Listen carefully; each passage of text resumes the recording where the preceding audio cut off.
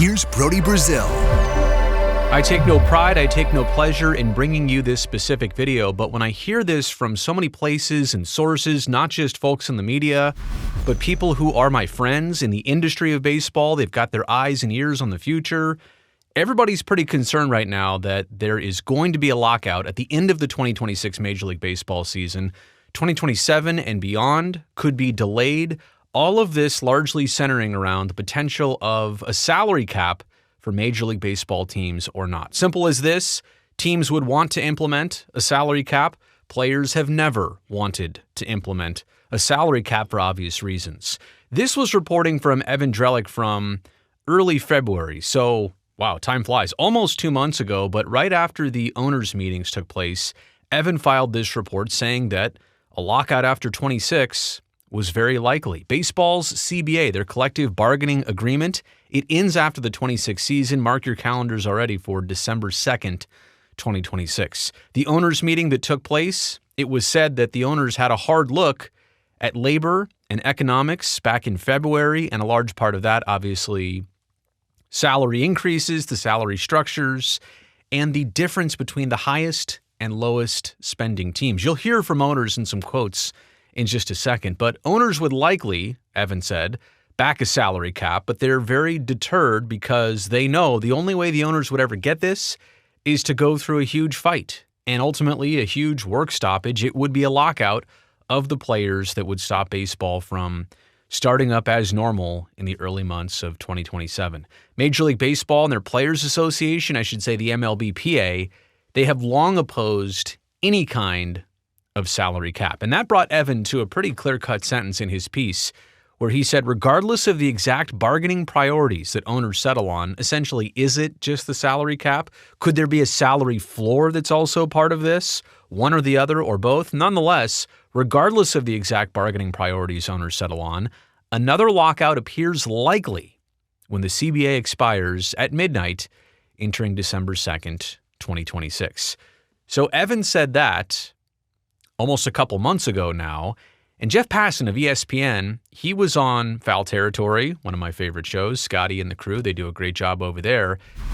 And Jeff basically summed it up to this. If it comes down to pushing for a salary cap, if the owners make that their number one priority, then yeah, it's going to lead to a work stoppage. I hope they don't push for it, because if they do push for it, we're not going to see baseball.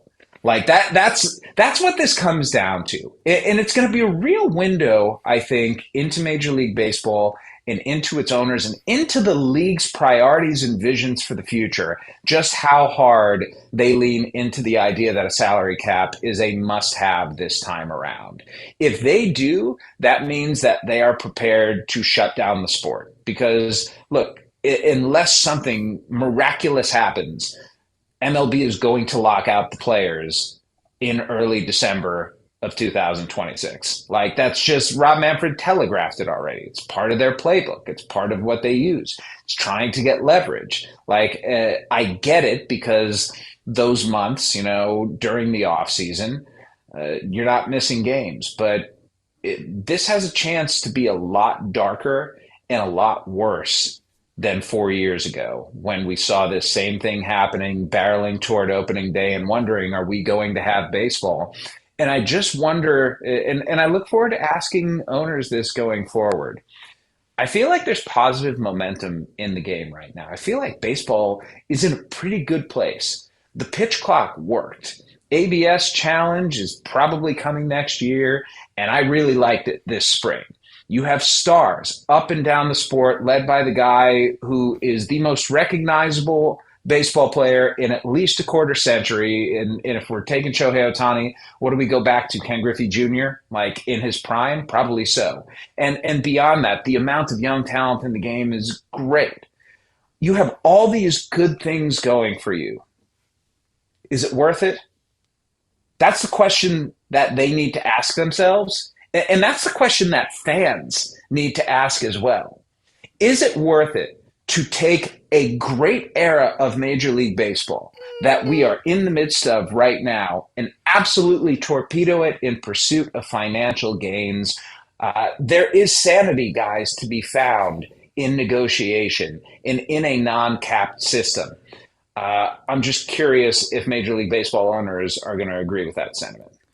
I think Jeff frames it up there in a beautiful way. Like, if you really are going to fight for this, it's going to be a battle. It's going to be a long-term battle that's not going to be an easy fix, and it's going to cost a lot of people, a lot of games, a lot of months, a lot of salaries, a lot of people who work in baseball, their jobs most likely. It's going to get ugly if the owners really want to push for this. I only push back on a couple things that Jeff said because I respect him. He's one of my favorites. I know he's watched this channel before, which I really appreciate. But it's a matter of, I think, nailing almost everything except for the game is doing a lot of things, a lot of good things, and I agree. Shortening up games, using technology to get balls and strikes, right. But those are the free things. Those are the easy things that baseball's kind of doing to improve itself. And yes, baseball does have stars, but like Paul Skeens in Pittsburgh, how long is he going to be a Pirate for? Until he's on the Yankees, until he's on the Mets, until he's on the Cubs, until he's on the Dodgers. You have so many haves and have-nots right now in baseball. And again, I can sort through and I can agree with Jeff that there are a lot of positive momentum type things happening in baseball, but they're all the small little details. How about the big details? Like which team spends the most and which teams spend the fewest consistently? And the teams that aren't even trying to win anymore, they're just trying to move on and not get a grievance filed and collect their revenue sharing money. And I can name a few teams that have been this way, and the Pittsburgh Pirates are recently kind of falling in the spotlight of being offenders of this. But there is such a spending gap between teams that are trying really hard and teams that don't seem like they're trying hard. And I know, I can agree with those who might say, well, spending isn't everything. I agree. You can win without spending, but you cannot win for a sustained period of time. You cannot keep your window open unless you ultimately spend. So there is that connection, and you've got that problem right now. Like, that's a big problem. That's hard to fix. Changing the rules of baseball, not hard to fix. Keeping superstars on small market teams, that is hard to fix. You're also talking about baseball, which is recently going through a bunch of TV deal uncertainty from the regional and the national level. 11 teams this past winter, they just reworked their contracts with the respective Bally's sports networks or figured out new deals for themselves. ESPN, by the way, is out. After the 2025 season here upcoming, they had an option for 3 more years, 26, 27, 28 for Sunday Night Baseball, for the All-Star festivities, and for postseason games. ESPN has backed out. That's a lot of money that ESPN is not going to pay Major League Baseball. Maybe they'll recoup it somehow, some way from somewhere else, somebody else. But ESPN backing out, all those regional deals backing out, and then teams making new, smaller deals, that's not beneficial for anybody. They're short-term deals because baseball is anticipating that unification type streaming package. You get all the games, all the teams, but then you have to put every team on a similar deal. There's some teams that don't want to break away from their current sweetheart type television deal. The bottom line is the TV money is shortening up way differently than it used to be. It used to be a lot of money, and it used to be in contract for a lot of years. It's not that way anymore. And that's a lot of money to respective teams, like 30, 40, 50, 70 million, $80 million per team per season across baseball. That's now gone down to maybe 20, 30, 40 total. So no matter what team you're talking about, no matter what situation you're talking about, because they're all different, television money is not what it used to be already in Major League Baseball. And now you've got the high spenders and the low spenders. And now you've also got a lot of teams with stadium issues. And we obviously are aware of the A's playing in Sacramento. We're aware of the Rays playing in a minor league stadium, the Yankees spring training complex in Tampa. What about the Angels? They have to be right around the corner from figuring something out. They've been complaining about Angels Stadium and not being able to develop the parking lot for years. What about the Royals in Kauffman Stadium in Kansas City? Might they move across the state border to Kansas? But who knows how their stadium issue gets resolved? How about the White Sox? They've been complaining about, is it just called Rate Field now? Rate Field on the south side? They want to build that new ballpark in the neighborhood of the 78. It would be beautiful, but they're asking for like $1 billion of public subsidy. So multiple teams also having stadium issues and situations that they want and or need to get out of. So these are all the hard things. Again, going back to what Jeff said, I agree. Baseball's doing all the smart, simple, free, and easy things, but the hard things I don't know if they've addressed. And I'm not here campaigning for a salary cap at all, but maybe a salary floor. Here's what David Rubenstein said. He's the Orioles owner. He told this to Yahoo. Quote, "I wish it would be the case that we would have a salary cap in baseball the way other sports do. And maybe eventually we will, but we don't have that now. I suspect we'll probably have something closer to what the NFL and NBA have, but there's no guarantee of that." By the way, the NHL, I think, is the only league with a hard cap. Like, there is a number that you simply cannot exceed. In the NFL and NBA, there are thresholds and luxury tax, and that's kind of what baseball has now. Let's be clear, baseball kind of does have a salary cap right now. It's the luxury tax. You spend over a certain amount, you pay extra taxes to the teams that don't spend. And that's how it's supposed to work. But the teams that are supposed to take that money that they got and spend on it, they don't spend it. They just cash those checks and use it for their baseball operations. And so it's more of an owner's internal issue than it really has anything to do with the players. And that's why the players are saying, wait, why should we suffer a salary cap if you have this, this big difference in spending?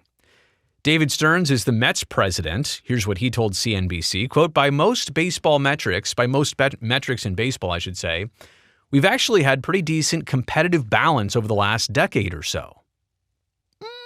I don't know about that. If you look at the highs of spending and the lows of spending, I don't know about that. We'd have to compare league by league and situation by situation. We have not had parity in spending. Oh, okay, so there, he admits that part. I see what he's saying. Competitive balance on the field, but not in spending. Okay, now I agree. And so I think there is a conversation that needs to occur and is ongoing in terms of the importance to baseball of closing some of those spending gaps. Well, again, to me, you can keep that high number kind of where it's at. You can have the soft cap, you can have the luxury tax, you spend over a certain amount, you pay obviously extra, but if you don't have a floor, right, then you have no incentive for those teams to get their share money. You should have to have an official salary floor. And it should be a little bit less than maybe the league median that qualifies you to receive the payments of the luxury tax that other teams are paying so that you can benefit. Steve Greenberg of Allen & Company, they're a firm that deals with helping Major League Baseball teams with financial structures and all the big picture stuff. Like they're basically financial advisors to Major League Baseball and sports teams. Here's what Steve Greenberg told The Athletic, quote, the perception around baseball is that without a salary cap, its values will lag behind, as in like team valuations, at least behind the NFL and the NBA, and that's been the case. We'll see what happens in Rob's final negotiation. Because remember, it's not necessarily so much how the teams are spending on a year-to-year basis on their rosters and their player payroll. What the owners actually care about is, well, how much is our franchise worth? And if I turned around and sold it tomorrow, how much could I get for it? And isn't this surprising? I mean, first off, the NFL is king. Look at the Dallas Cowboys, valued at more than $10 billion. And there's a big pack of teams, anywhere between, let's just say $5 and $7.5, $8 million, right? So most NFL teams are worth more than $5 billion. NBA teams anywhere from like 2 and change up to the Warriors, past $8 billion. The Warriors have surpassed, by the way, the LA Lakers in team valuation. But look at baseball and hockey. Did you know, look at the cluster there. Most baseball teams have a similar valuation as almost all the NHL teams. Isn't that crazy? And the NHL, with a hard salary cap, look at how all their teams are compressed and condensed. There's no outliers. Yeah, the Maple Leafs and the Rangers, they're a little bit ahead, but they're not like $1 billion more, such as the NFL is. They don't have that much of a lead on everybody else. My point is, baseball, though, and hockey, who would have thought that the valuations of those sports teams are so close to each other? Either hockey's doing a great job or baseball's not doing a great job. And the valuation of those teams without a salary cap, right? You don't want to buy into something that you don't know what the expenses are going to be, or they're going to be super crazy. And that's why owners, it's not so much about the year-to-year spending. It's more about the overall valuation of their teams and the league if they have a salary cap versus if they don't have a salary cap. Here's the opposing side. This is obvious. Tony Clark is the executive director of the Major League Baseball Players Association. Quote, players know from firsthand experience that a lockout is neither routine nor positive. It's a weapon, plain and simple, implemented to pressure players and their families by taking away a player's ability to work. And Tony, I agree. I would also throw in the same category. How about media and broadcasters and team employees and those who sell tickets and those who are ushers and concession workers and parking attendants? When you shut down the league, you shut down the business, you shut down the jobs of people that have no say in this. But the owners want to value their teams more, and so everybody else down the chain has to kind of pay for it. And that's very unfortunate. Let me just do some quick takeaways. I've already spent way longer on this video than I planned to. We have 21 months right now until December of 2026, December 2nd, 2026. We have 21 months to figure this out. We're already talking about this. This is kind of like a train coming down the tracks. We can see the light off in the distance. We can see the steam. We can hear the noise. Why are we just sitting on the tracks and not doing something about this?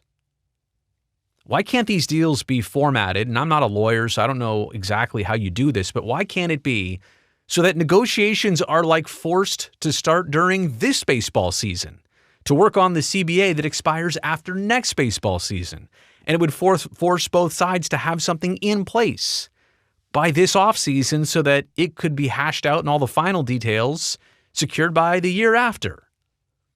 It stinks that we keep doing this in professional sports over and over. You see here the lockout from 21 into 22. It lasted 99 days, and it almost costed some games at the start of the 22 season. They got so lucky. They figured it out in March. They had just enough time to pull off like a 2-week spring training. They figured it out. They started the season. But man, they were pretty close to missing baseball games. And this is not a first for Major League Baseball. They've had 9 work stoppages in modern times, 5 strikes, 4 lockouts already under the belt. Are they trying to make it an even 5-5? Kind of sounds like that. But again, it's just why can't there be timings and deadlines way ahead of when the ultimate deadline is so that they can get ahead of this curve? All this talk about the cap, I'm just going to go back to this one more time. I think the floor is more the conversation here than the cap. Maybe you can tighten up the cap. Maybe you can make the penalty even more. Okay, but what you really need is the floor. You're trying to constrain and contain something from here to here. And if you don't have this, well, then you're just going to have this sink away and this is just naturally going to go up. I think baseball needs a floor more than they need a cap. And yeah, so we'll talk on this channel about stadiums and TV deals and spending and winning. That's all part of this. That's why I make all these other videos, because it all circles back to the big important parts here. The parts that you have a lockout or a strike over. And again, don't get it twisted about baseball. It is trying. It is getting better. Rule changes. They're trying to appeal to younger fans. They're trying to do all the simple, free things, but now comes the hard work. How are they going to get around this work stoppage? Unfortunately, and from everybody I'm listening to, I'm talking with, it just unfortunately at this point seems inevitable, and that's disappointing with so much time still, and we kind of know how this is going to play out. Let me know what you think about all this in the comments section below. Really appreciate your time and sticking around. Thumbs up because you've made it here to the end. Down below, that'll greatly help me, this video, and this channel. And also, don't forget to subscribe so I can definitely see you back here next time.